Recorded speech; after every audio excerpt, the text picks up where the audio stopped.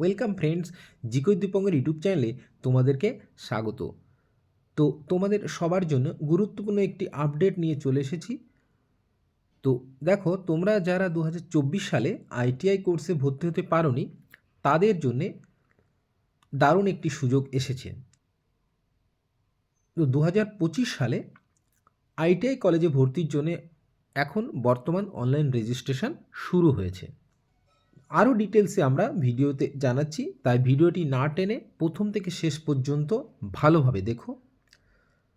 তো তোমরা দেখতে পাচ্ছ আমরা রয়েছি ওয়েস্ট বেঙ্গল গভর্নমেন্টের state council of vocational training এর অফিসিয়াল ওয়েবসাইটে। তো এখানে লেখা আছে দেখো, কমন অ্যাডমিশন 2025। এখানে আমাদের এখন কি চলছে না, রেজিস্ট্রেশন চলছে 2025 সালে যারা বিভিন্ন কোর্সে ভর্তি হবে। তো দেখো এখানে আমরা একটু নিচের দিকে যাই। এখানে দেখো পলিটেকনিকে ভর্তির জন্যে আইটিআই, ভোকেশনাল রয়েছে, এখানে অ্যাপ্রেন্টিস প্রোগ্রাম রয়েছে, শর্ট টার্ম কোর্স রয়েছে, এগুলোতে ভর্তি চলছে।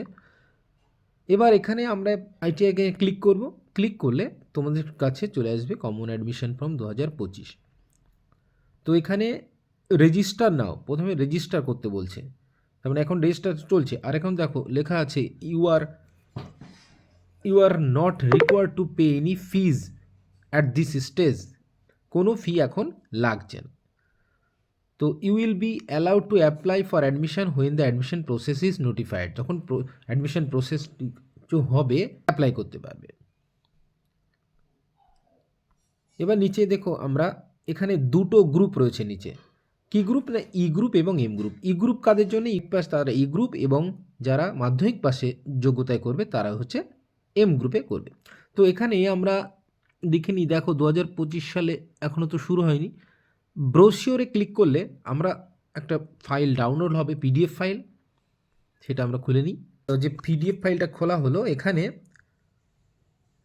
2024 লেখা আছে, অ্যাডমিশান হচ্ছে কত লেখা আছে 2024। তো এখানে আমরা ব্যাক করে যাই, যেহেতু এটা 2024 সালের। এই 2024 সালে তো আমাদের লাগবে না, 2025 সালে যখন বের হবে তখন আমরা এটাকে ডিটেলসে দেখে নেব। এবার আমরা প্রথমে কি করব, আমরা প্রথমে রেজিস্ট্রেশন করব, নিউ ক্যান্ডিডেট রেজিস্ট্রেশন। এখানে ক্লিক করলাম। এখানে দেখো প্রথমে আমরা লিখব কি, নাম, first name, middle name, last name, তারপরে বাবার ফুল নেম লিখতে হবে, মার ফুল নেম লিখতে হবে, ডেট অফ বার্থটা লিখতে হবে DDMMYY ভিত্তিতে, আধার নাম্বার লিখতে হবে, মোবাইল নাম্বার লিখতে হবে এবং ইমেল আইডি লিখতে হবে। তারপর এখানে যে জেন্ডার, মেল না ফিমেল, তারপর এখানে একটা ক্যাপচা দিতে হবে।